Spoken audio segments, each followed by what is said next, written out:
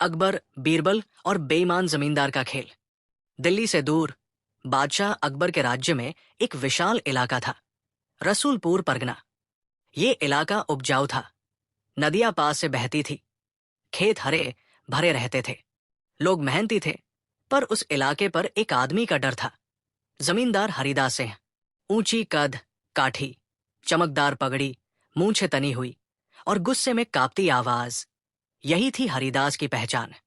लोग कहते थे, जमींदार के 3 नियम हैं, उसकी बात आखिरी बात है, उसका फैसला उलटना सूरज को उल्टा उगाने जैसा है, उससे उलझना अपने पैरों पर कुल्हाड़ी मारने जैसा है। लेकिन असली बात क्या थी?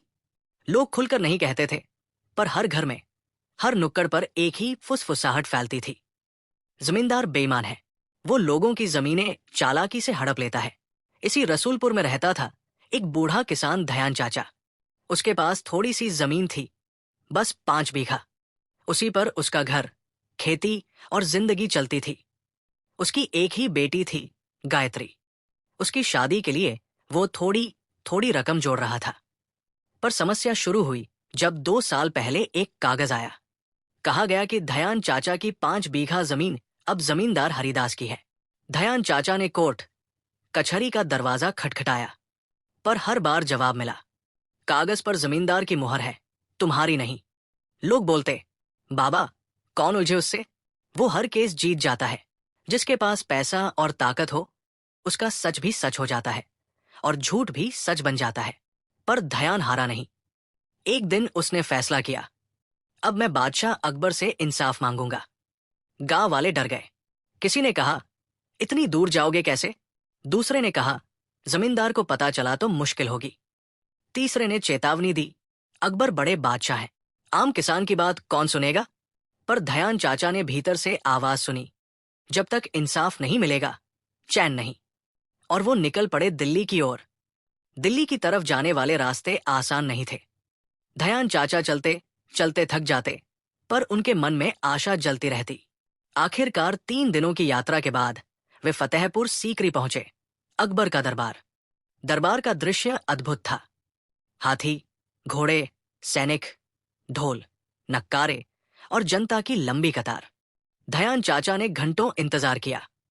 जब उनकी बारी आई, वो कांपती आवाज में बोले, मेरे मालिक, मेरी जमीन, मेरी मेहनत सब ले लिया गया है, मुझे इंसाफ चाहिए।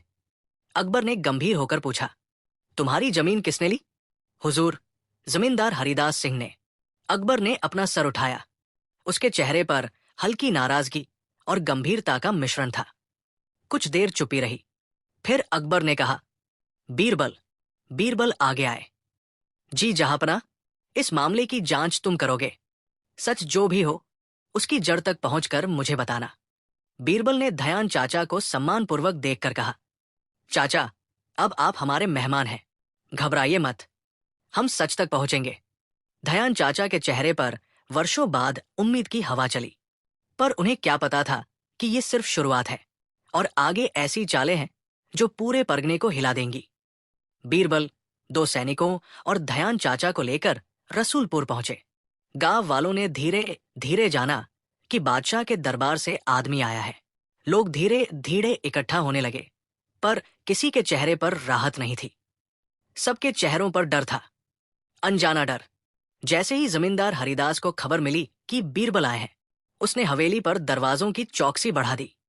जब बीरबल और उनकी टोली हवेली पहुंची, हरिदास सिन्हा बड़े सम्मान से बाहर आया, झुककर सलाम किया। स्वागत है महाराज के मंत्री, मेरे गांव में आपका हार्दिक स्वागत है। बीरबल ने शांत स्वर में कहा, हम यहां स्वागत लेने नहीं आए, हम सत्य जानने आए हैं। हरिदास मुस्कुराया। उसकी आंखों में हल्की घबराहट छिपी हुई थी, पर चेहरा शांत था। जरूर जानिए हुजूर, मैं तो चाहता हूं कि सच सामने आए। मैं तो हमेशा कानून और राज्य की सेवा करता हूं। बीरबल ने पहला सवाल सीधे पूछा, धयान चाचा की 5 बीघा जमीन कैसे आपकी हो गई? हरिदास ने तुरंत जवाब दिया, हुजूर, ये जमीन मैंने खरीदी है, पैसा भी दिया है और दस्तावेज भी मेरे पास है। धयान चाचा जोर से बोले, झूठ, ये मेरी पुश्तैनी जमीन है, मैंने कभी नहीं बेची। हरिदास ने धीमी मुस्कान दी, जैसे वो किसान की आवाज को महत्व नहीं देता। हुजूर, किसान भूल जाता है, कभी कभी लालच में दस्तखत भी कर देता है, बाद में मना भी कर देता है। गांव वाले खड़े खड़े सब देख रहे थे। किसी की भी हिम्मत नहीं थी कि कुछ बोले। सभी की आंखें बिल्कुल खाली और डरी हुई थी। बीरबल ने सोचा, ये मौन सामान्य नहीं है, इसमें एक बड़ा राज छुपा है। हरिदास ने अपने हवेली के अंदर से दस्तावेज मंगवाए। कागज बिल्कुल साफ, नए और चमकते हुए थे। बीरबल ने आंखें सिकुड़कर कागज देखा। कागज पर लिखा हुआ था, दयान चाचा अपनी 5 बीघा जमीन हरिदास सिन्हा को बेचते हैं, मूल्य प्राप्त। नीचे एक हस्ताक्षर था जो धयान की तरह दिख रहा था। बीरबल ने कागज धयान को दिखाया। धयान चाचा ने उसे एक नजर देखा और बोले, ये मेरा हस्ताक्षर नहीं है। हरिदास हंसा, अच्छा, आपकी बेटी ने तो कहा था कि आप पढ़ लिख नहीं सकते, फिर आपको कैसे पता कि हस्ताक्षर आपके नहीं है? गांव वाले धीरे से एक दूसरे की ओर देखने लगे।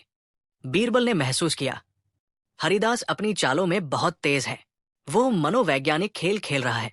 बीरबल बोले, तुम्हारा हस्ताक्षर देखने का तरीका क्या है चाचा? धयान ने कहा, मेरी बेटी गायत्री ही मेरे लिए कोई भी जगह पर हस्ताक्षर करती है, मैं खुद हस्ताक्षर नहीं कर सकता। बीरबल रुके, अच्छा, ये तो बड़ा महत्वपूर्ण बिंदु है। उन्होंने तुरंत पूछा, हरिदास, जब चाचा लिखना नहीं जानते तो हस्ताक्षर कैसे कर दिया? हरिदास के चेहरे पर एक पल के लिए पसीना आया, पर उसने खुद को संभाल लिया। हुजूर, शायद किसी ने उन्हें सिखाया हो। कौन जाने? बीरबल की आंखें गहरी हो गई। खेल अब दिलचस्प होने लगा था।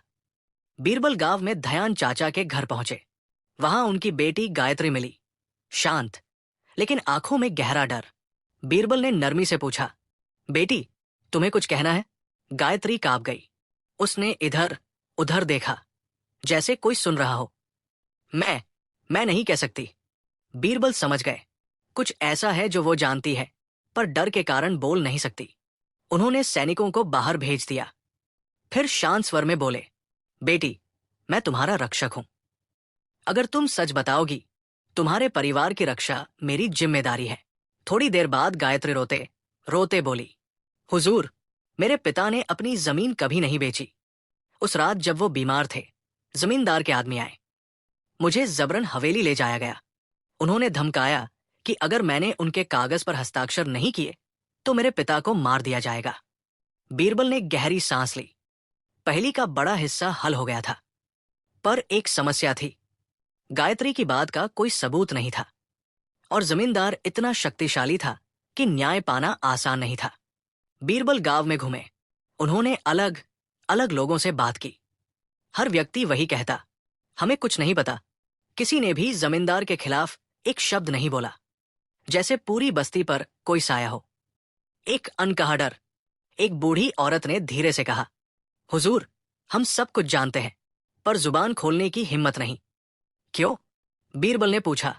वो बोली, क्योंकि जिसने भी जमींदार के खिलाफ आवाज उठाई, उसका घर उजड़ गया। ये सुनकर बीरबल चौंके। कैसे उजड़ा? औरत ने कहा, कभी किसी के खेत में अचानक आग लग जाती है, कभी किसी के घर पर चोरी हो जाती है, कभी किसी के गाय बैल गायब हो जाते हैं। सब जानते हैं कि ये किसका काम है, पर कोई बोल नहीं सकता। बीरबल समझ गए, ये सिर्फ जमीन का मामला नहीं था, ये पूरे परगने पर राज करने का एक खेल था, और ये खेल अभी पूरा नहीं खुला था। बीरबल ने उस दस्तावेज को फिर से देखा। कागज नया था, स्याही ताजा थी, और सबसे बड़ी बात, उस पर मुहर बहुत नई दिख रही थी। बीरबल ने सोचा, अगर ये कागज 2 साल पुराना है तो ये इतना नया कैसे दिख सकता है? उन्होंने हवेली के कागजों का पुराना रजिस्टर मंगवाया, पर अजीब बात यह थी कि रजिस्टर में धयान चाचा के नाम से कोई भी एंट्री नहीं थी। हरिदास ने बहाना बनाया, पुराना रजिस्टर खो गया था। बीरबल मुस्कुराए, अंदर ही अंदर, नहीं बाहर। उन्हें समझ आ गया था कि कागज नकली है, मुहर झूठी है, हस्ताक्षर जबरदस्ती कराए गए हैं, पर अभी भी कोई ठोस सबूत नहीं था। बीरबल जानते थे, जमींदार चतुर है, वो गलती नहीं करेगा। उसे पकड़ने के लिए एक ऐसी योजना चाहिए जो उसकी सच्चाई खुद उसी के मुंह से निकलवा दे, और ऐसा केवल एक ही आदमी कर सकता था, बीरबल। अगली सुबह बीरबल ने घोषणा की, मैं जमींदार के खिलाफ फैसला देने से पहले एक अंतिम परीक्षा लूंगा, जिसमें सच अपने आप सामने आ जाएगा। हरिदास ने आत्मविश्वास से कहा, मैं किसी भी परीक्षा के लिए तैयार हूं। बीरबल ने कहा, ठीक है, आज शाम हम इस गांव के चौराहे पर सबके सामने एक प्रयोग करेंगे। गांव वाले इकट्ठा होने लगे। सबके चेहरे पर उत्सुकता और डर मिला जुला था। सांझ ढलते ढलते चौराहा भर गया। बीच में एक बड़ा सा तंबू लगाया गया था। बीरबल ने घोषणा की, जमींदार और दयान चाचा दोनों आज रात यहां मौजूद रहेंगे। हम एक ऐसा तरीका अपनाएंगे जिससे पता चल जाएगा कि कागज असली है या नकली। हरिदास हंस पड़ा। हुजूर, आप क्या करेंगे? कागज पर लिखा साफ है, मुझे जमीन खरीदी है। आप चाहें तो 10 बार पढ़ लीजिए। बीरबल ने कहा, नहीं, मैं इसे पढ़ने वाला नहीं, मैं इसे कागज से पूछूंगा। भीड़ में फुसफुसाहट शुरू हो गई। कागज बोलता है क्या? बीरबल का दिमाग बहुत तेज है, कुछ तो होगा। हरिदास मुस्कुराया, पर उसके माथे पर हल्का पसीना दिख रहा था। तंबू के अंदर बीरबल ने एक बड़ा मिट्टी का दीपक रखवाया। फिर दोनों को अंदर बुलाया, दयान चाचा और हरिदास। बीरबल ने कहा, यह दीपक सच बता देगा। मैं कागज को दीपक के ऊपर से गुजारूंगा। अगर ये असली होगा तो नहीं जलेगा, अगर ये नकली होगा तो आग इसे खा जाएगी। हरिदास ने चीख कर कहा, यह कौन सा तरीका है? ये मूर्खता है। बीरबल ने शांत होकर कहा, तुम डर क्यों रहे हो? अगर कागज असली है तो डरने की क्या बात? हरिदास चुप हो गया। बीरबल ने कागज पकड़ा। भीड़ शांति में डूबी थी। सबकी नजरें कागज और दीपक पर थी। बीरबल धीरे धीरे कागज को दीपक के ऊपर ले गए। कागज के किनारे से हल्की धुआं उठी। हरिदास की आंखें चौड़ी हो गई। फिर अचानक कागज का एक कोना काला पड़ गया। बीरबल ने उसे झटके से हटाया, पर सब देख चुके थे। कागज जला। भीड़ से आवाज आई, कागज नकली है, कागज झूठा है, हमसे धोखा हुआ। हरिदास तुरंत चिल्लाया, ये चाल है। बीरबल ने आग बढ़ा दी। कागज असली था। बीरबल ने कहा, मैंने आग नहीं बढ़ाई, मैंने सिर्फ सच का सामना कराया। भीड़ हिलने लगी, जैसे डर की जंजीरें टूट रही हों। हरिदास ने गुस्से में मुट्ठियां भींची। ये नाटक है, कागज असली था, मैं बादशाह के पास जाऊंगा। बीरबल शांत थे। उन्होंने कहा, ठीक है, तुम बादशाह के पास जा सकते हो, लेकिन उससे पहले एक बात बताओ, तुम्हारे पास उस रात के गवाह कौन है? किसने देखा कि चाचा ने जमीन बेची? हरिदास ने कहा, मेरे 2 मूशी थे। बीरबल ने तुरंत सैनिकों को आदेश दिया, मूशी को बुलाओ। मूशी आए, पर उनके चेहरे पर पसीना, बेचैनी और डर था। बीरबल ने पूछा, बताओ, उस रात क्या हुआ था? दोनों चुप रहे। बीरबल ने सख्ती से कहा, अगर आज सच नहीं बोला तो तुम दोनों भी जमीन कब्जाने के अपराध में शामिल माने जाओगे। दोनों कांप गए। पहला मूशी बोला, हुजूर, कागज हमने तैयार किया था, आदेश जमींदार का था। दूसरा बोला, हस्ताक्षर गायत्री ने किए थे, पर वो रो रही थी। भीड़ सन्न रह गई। गांव में पहली बार किसी ने जमींदार के खिलाफ खुलकर सच बोला था। हरिदास गुस्से से चिल्लाया, तुम दोनों झूठ बोल रहे हो, तुमने मेरे खिलाफ साजिश की है। पर भीड़ का रुझान अब बदल चुका था। लोग अब साहस पकड़ने लगे थे। पहली बार लोग जमींदार को इंसाफ के कटघरे में देख रहे थे। बीरबल ने कहा, हरिदास, अब सबूत साफ है, तुमने धोखे से जमीन हड़पी। भीड़ चिल्लाई, सजा मिलनी चाहिए। पर तभी हरिदास की आंखों में एक अजीब सी चमक आई। वो अचानक बोला, हुजूर, मेरे पास भी एक सबूत है, आप देखते रहिए, सच अभी पूरा नहीं खुला है। बीरबल चौंक गए। कौन सा सबूत? हरिदास ने एक छोटी सी पोटली निकाली। उसमें कुछ पुराने कागज थे, जिन्हें कोई पहचान नहीं पा रहा था। उसने कहा, इन कागजों का सच, उस रात क्या हुआ था, ये सब बताएगा। बीरबल ने कागज लिए, पर जैसे ही उन्होंने अंदर का पहला पन्ना देखा, उनकी आंखें फैल गई। भीड़ उत्सुक हो गई। दयान चाचा घबरा गए।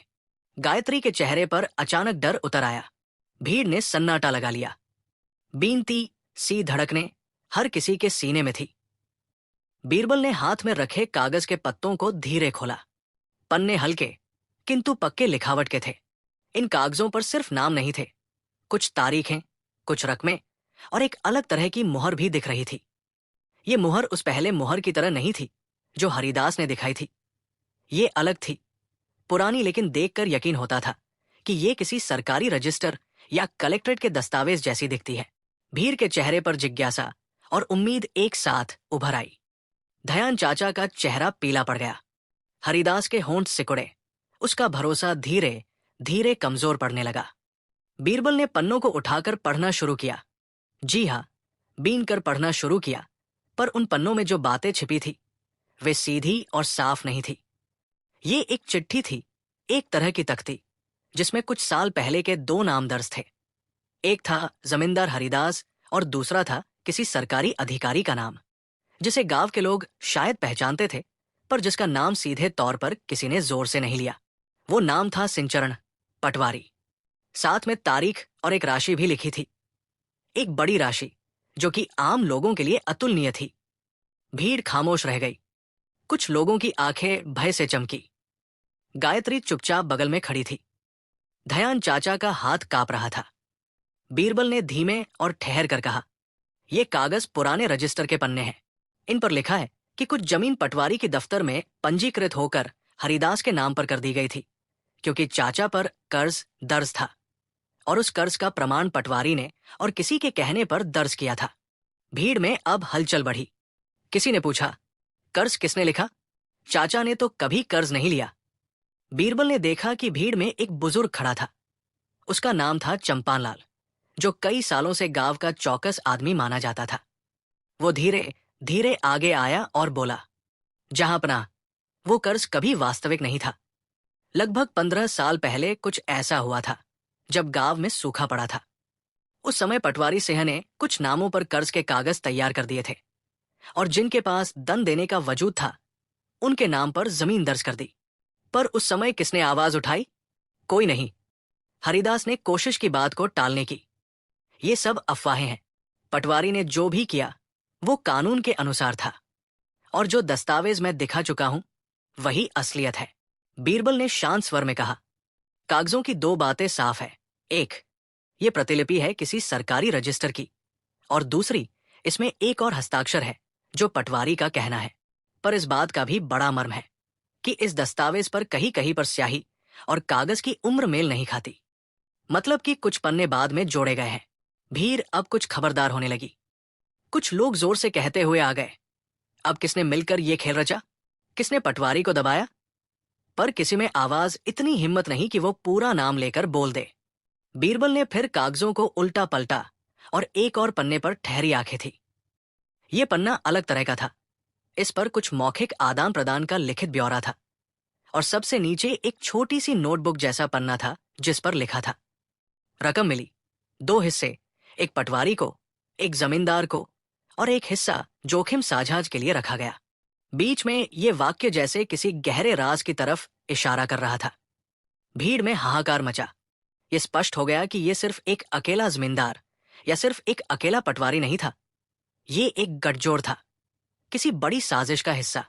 बीरबल ने धीरे से कहा, सिर्फ ये कागज देखकर फैसला नहीं हो सकता। हमें ये देखना होगा कि ये कागज कैसे आया, किसके पास था और किन लोगों ने इसे बनाया।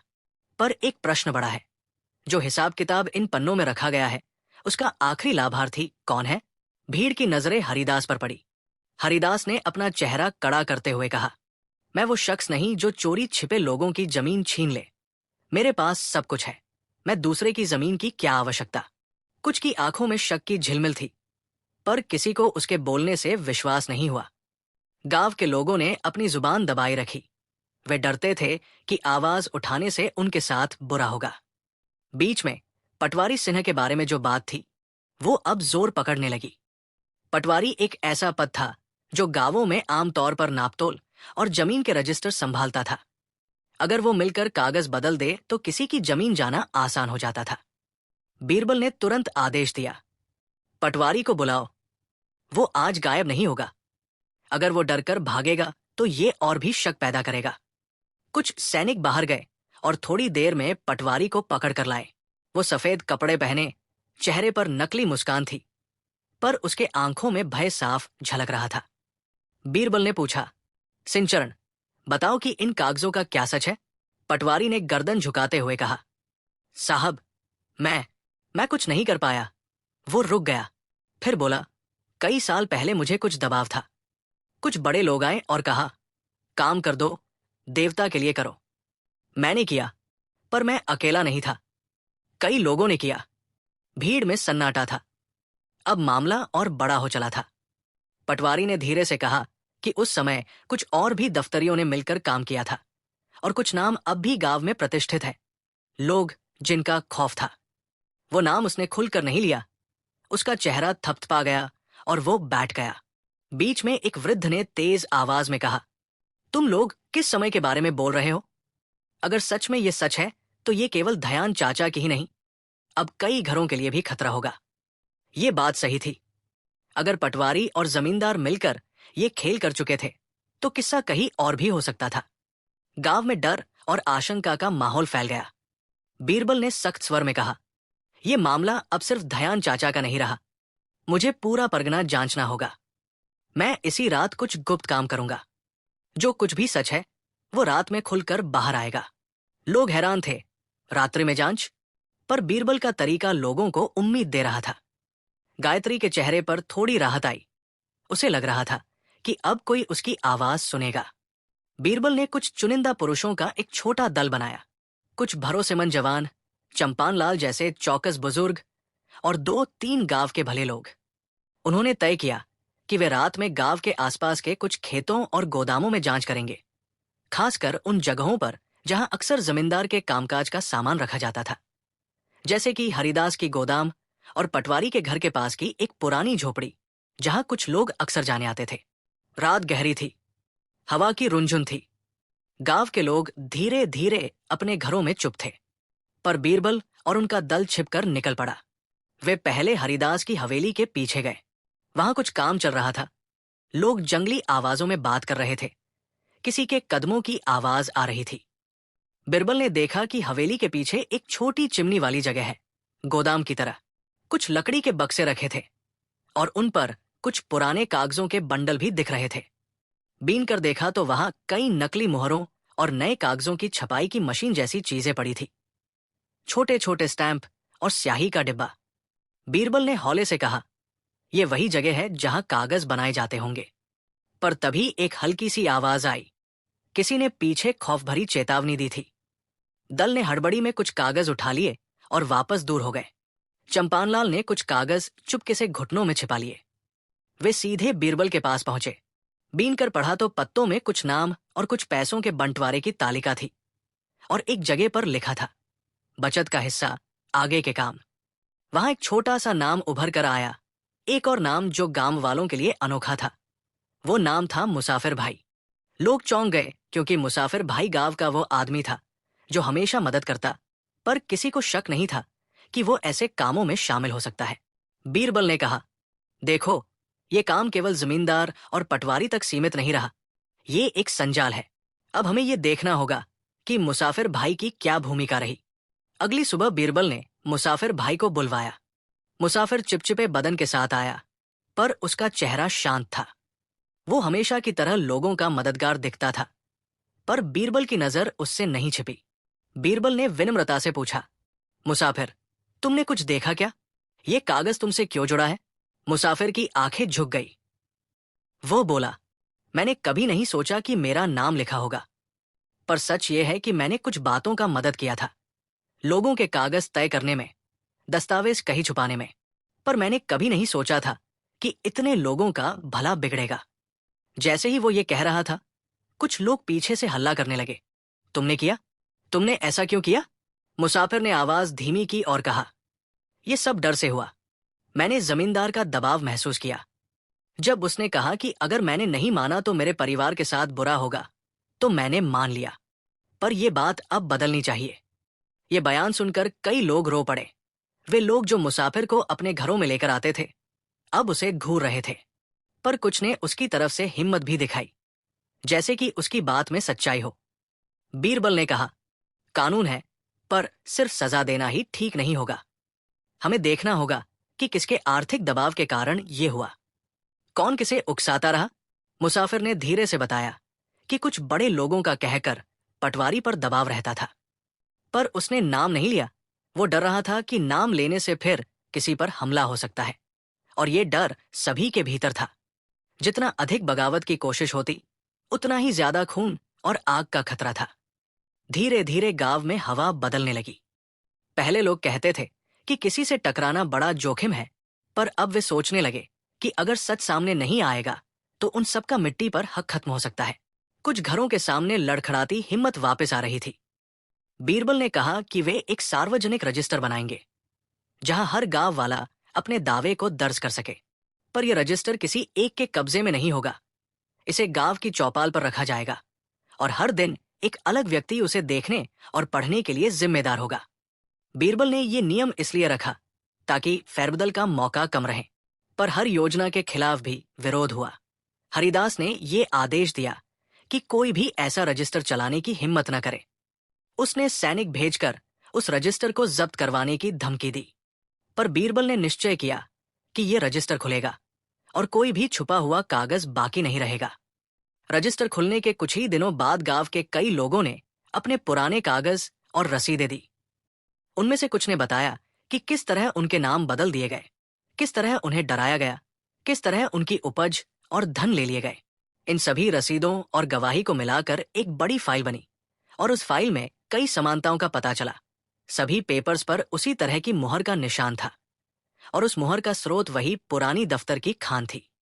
तब बीरबल ने फैसला किया कि वे ये फाइल सीधे अकबर को भेजेंगे, पर अकबर से पहले उन कागजों की सत्यता की पुष्टि जरूरी थी। बीरबल ने कहा कि वे एक सार्वजनिक सुनवाई कराएंगे, जहां सब गवाह आकर सच बोलेंगे, और यदि किसी ने झूठ बोला तो सजा पाएगा। यह सुनवाई गांव के मैदान में होगी, और अकबर के दरबार को इसकी प्रतिलिपि भेजी जाएगी। ये घोषणा सुनकर जमींदार आतंकित हुआ। वो अब जान गया था कि यह मामला बड़े दायरे तक जा सकता है। उसने आखिरी कोशिश की कि वह किसी तरह बीरबल को खरीद ले, पर बीरबल का मन बड़ा था। वो सच्चाई के साथ खड़ा था। सुनवाई का दिन आया। पूरा गांव और आसपास के लोग इकट्ठा हो गए। बीरबल ने कहा कि सब जो भी सच जानते हैं खुलकर बताएं। सुनवाई में कई लोग पहुंचे। कुछ रोए, कुछ चिल्लाए, कुछ ने अपने अंदर दबे दर्द को बाहर निकाला। पटवारी ने आखिरकार उन पन्नों की कहानी बताई, कैसे दबाव था, कैसे पैसे मौके पर बांटे गए, और किस तरह हरिदास ने लोगों को डराया। मुसाफिर ने कहा कि उसने भी कई कागजों को छुपाया था, पर अब वो पछताता है। इससे कई सच्चाइयां सामने आईं। पर तब ठीक उसी समय एक अजनबी व्यक्ति आया। उसका चेहरा ढका हुआ था। उसकी चाल में कुछ अलग ही बात थी। उसने कहा कि उसके पास कुछ और कागज हैं जो इस खेल की आखिरी चाबी दे सकते हैं। भीड़ ने उसे घूरा। उसका नाम उसने नहीं बताया, पर उसने कहा कि यदि ये कागज सच हुए तो ये साबित कर देंगे कि ये साजिश सिर्फ गांव तक सीमित नहीं है, बल्कि इसके पीछे कुछ और भी है।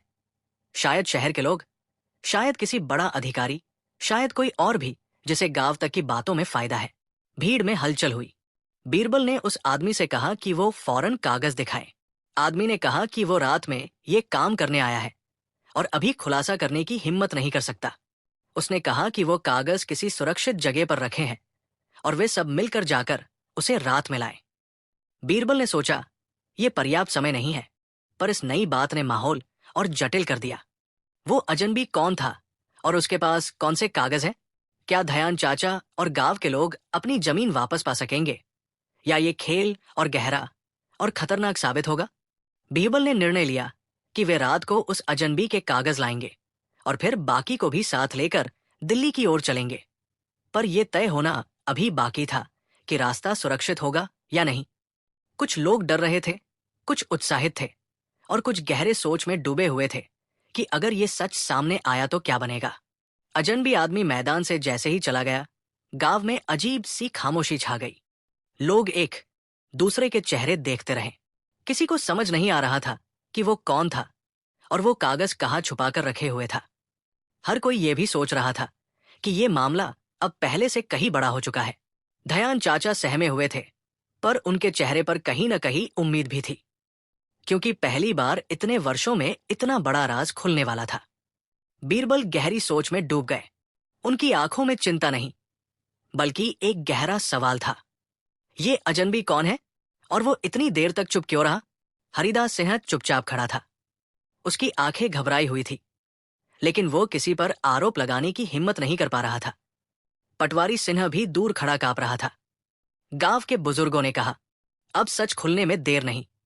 पर इस सच के पीछे कौन कौन है, ये अब तक किसी को पता नहीं। बीरबल ने सबको शांत किया और कहा, आज रात हम उस अजनबी के बताए स्थान पर जाएंगे। पर हम कम लोग जाएंगे, क्योंकि जितने ज्यादा लोग होंगे खतरा उतना ही ज्यादा होगा। दयान चाचा डर गए। बेटा, तुम भी मत जाना, ये मामला अब बहुत खतरनाक हो गया है। बीरबल मुस्कुराए। चाचा, अगर कोई नहीं जाएगा तो सच कभी बाहर नहीं आएगा। उन्होंने अपने साथ सिर्फ 3 लोगों को चुना।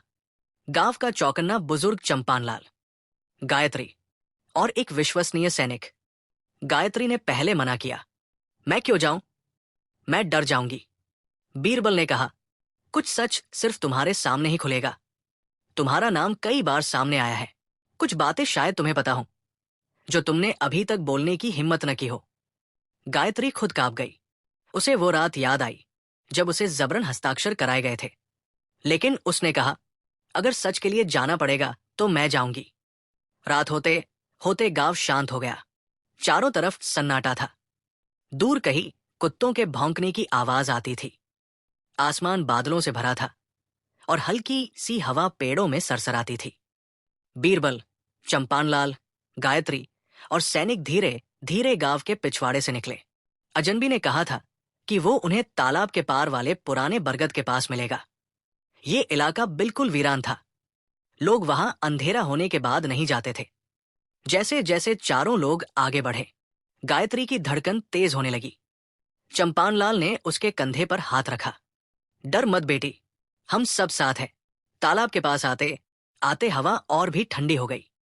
बरगद के नीचे अंधेरा था, कोई दिखाई नहीं दे रहा था। अचानक पत्तों की खड़खड़ाहट हुई। एक साया धीरे से आगे आया। वही अजनबी। अजनबी बोला, आप लोग देर से आए हैं, हमें जल्दी करनी होगी। बीरबल ने आगे बढ़कर पूछा, तुम कौन हो और तुम्हारे पास ये कागज कैसे आए? अजनबी ने कहा, मेरा नाम जरूरी नहीं, बस इतना जान लीजिए कि मैं भी कभी इस गांव में रहता था। आज मैं किसी का नाम नहीं लेना चाहता, क्योंकि जिसने भी सच बोलने की कोशिश की उसकी जिंदगी खतरे में पड़ गई। गायत्री ने पूछा, तुम इतने समय तक चुप क्यों रहे? अजनबी बोला, क्योंकि मुझे अपनी जान प्यारी थी। पर जब मैंने देखा कि तुम्हारे पिता जैसे लोग तबाह हो रहे हैं, तब मैंने तय किया कि मैं और चुप नहीं रहूंगा। बीरबल ने शांत स्वर में कहा, कागज दिखाओ। अजनबी ने एक पुराना झोला खोला। उसमें 12-13 कागज थे, कुछ गंदे, कुछ हल्के फटे हुए। बीरबल ने पहला कागज उठाया और जैसे ही नजर गई, उनके चेहरे पर गंभीरता आ गई। चंपानलाल और गायत्री ने देखा कि कागज पर कई नाम लिखे थे। उनमें से कई नाम गांव के बड़े बड़े लोगों के थे, कुछ उन घरों के लोग जो आज बहुत अमीर थे। कागजों पर एक ही बात लिखी थी, गुप्त समझौता, हिस्सेदारी का बंटवारा। बीरबल ने पूछा, ये सब किसने लिखा? अजनबी बोला, एक समय गांव में 3 लोग सबसे ताकतवर थे, जमींदार हरिदास, पटवारी सिंह और गांव के 2 अमीर साहूकार। ये सब मिलकर जमीन हड़पने का खेल खेलते थे। कागजों में हिस्सा लिखा है कि कितना पैसा किसे मिलता था। जो बहुत विरोध करता उसे डरा दिया जाता। गायत्री कांप गई। क्या क्या मेरे पिता भी उसी सूची में थे? अजनबी बोला, नहीं, पर तुम्हारे पिता की जमीन की कीमत बहुत थी, इसीलिए उन्होंने अपनी नजर उसी पर सबसे पहले डाली। चंपानलाल ने गुस्से में कहा, तो ये मामला सिर्फ दयान चाचा का नहीं, पूरे गांव का है। अजनबी बोला, हाँ, कई घरों की जमीन ऐसे ही गई है, बस किसी ने आवाज नहीं उठाई। इसी बीच पेड़ों के पीछे से खट खट की आवाज आई। बीरबल ने तुरंत सैनिक को इशारा किया। सैनिक तलवार लेकर आगे बढ़ा। अजनबी घबराया, शायद किसी ने हमें देख लिया है, हमारी बात सुनने के लिए कोई पीछा कर रहा है। गायत्री डर गई। कौन होगा? जमींदार के आदमी? एक और आवाज आई, इस बार और पास। बीरबल ने फुसफुसाकर कहा, सब नीचे झुको। चारों अंधेरे में चुपचाप झुक गए। कुछ कदमों की आवाज सरकती हुई उनके पास आई, फिर रुक गई, फिर दूर चली गई। अजनबी ने राहत की सांस ली। हमारी बात कोई सुन रहा था। बीरबल ने सोचा, अगर ये बात जमींदार तक पहुंची तो वो कागज छीनने की कोशिश करेगा। अजनबी ने कहा, यह सारा खेल सिर्फ जमींदार का नहीं था। इसके पीछे एक और नाम है जो इस गांव से बाहर बैठकर सब संभालता था। बीरबल ने पूछा, कौन? अजनबी ने हिचकिचाकर कहा, मैं उसका नाम अभी नहीं बता सकता, क्योंकि अगर मैंने अभी नाम लिया तो शायद मैं जिंदा नहीं रहूंगा। बीरबल ने कहा, कागज में उसका नाम है? अजनबी ने चुप रहकर सिर हिलाया। हां। बीरबल ने कागज घुमाया, पर अंतिम पन्ने पर नाम ढका हुआ था, जैसे किसी ने जानबूझकर मिटा दिया हो। बस एक अक्षर दिख रहा था, र। गायत्री ने पूछा, ये कौन र है? अजनबी बोला, वो नाम इस क्षेत्र में बहुत बड़ा है। अगर उसका नाम खुला तो ये गांव ही नहीं, पूरा इलाका हिल जाएगा। तभी अचानक 3 परछाइयां पेड़ों के पीछे से निकली। कागज हमें दे दो, किसी ने जोर से चिल्लाया।